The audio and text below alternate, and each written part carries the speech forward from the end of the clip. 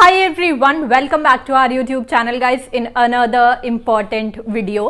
आप लोगों में से मुझसे बहुत लोग पूछते रहते हैं कि जो कॉम्पिटिटिव एग्जाम होते हैं जैसे एसएससी, बैंकिंग और इन सब में जो इंग्लिश ग्रामर वाला पोर्शन आता है उसको कैसे कंप्लीट करें। देखिए, इंग्लिश बोलना और कॉम्पिटिटिव एग्जाम के लिए इंग्लिश ग्रामर का जो पोर्शन होता है, इंग्लिश के जो क्वेश्चंस होते हैं उनको सॉल्व करने में अंतर होता है। ठीक है, they are not the same thing. English grammar वाला जो पोर्शन आता है कॉम्पिटिटिव एग्जाम में, उसको सॉल्व करने के लिए बेसिकली जो एसएससी बैंकिंग में आता है स्पेशली, उसको सॉल्व करने के लिए आपको ग्रामर के रूल्स पता होने चाहिए। लेकिन जब आप इंग्लिश बोलते हो तो अगर आप फ्लुएंटली बोल रहे हो और थोड़ा सा गलत भी बोल दे रहे हो तो कोई माइंड नहीं करता है और उतना मैटर नहीं करता है, फर्क नहीं पड़ता है। ठीक है, लेकिन जब आपको कॉम्पिटिटिव एग्जाम में सॉल्व करने होते हैं इंग्लिश ग्रामर के क्वेश्चन तो वो करेक्ट होने चाहिए।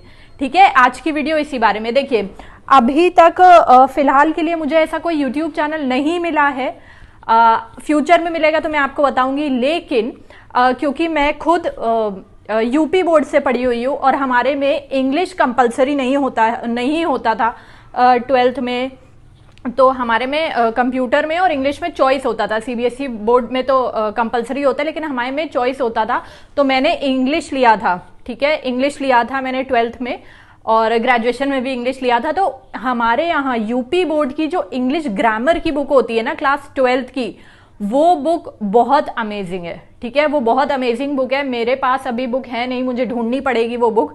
काश ऐसा होता कि मैं आपको वो बुक इसमें दिखा पाती। तो यूपी बोर्ड की 12th क्लास की जो इंग्लिश ग्रामर की बुक है उसमें ये सब रूल्स आपको मिल जाएंगे, बहुत अच्छे से एक्सप्लेन किया गया है। लेकिन ध्यान रखिएगा वो बुक यूपी बोर्ड की ही हो। सीबीएसई बोर्ड वगैरह की ये जो बुक होती है इंग्लिश ग्रामर की, उनमें रूल्स वगैरह नहीं दिए रहते हैं। ठीक है, उनमें रूल्स नहीं दिए होते हैं।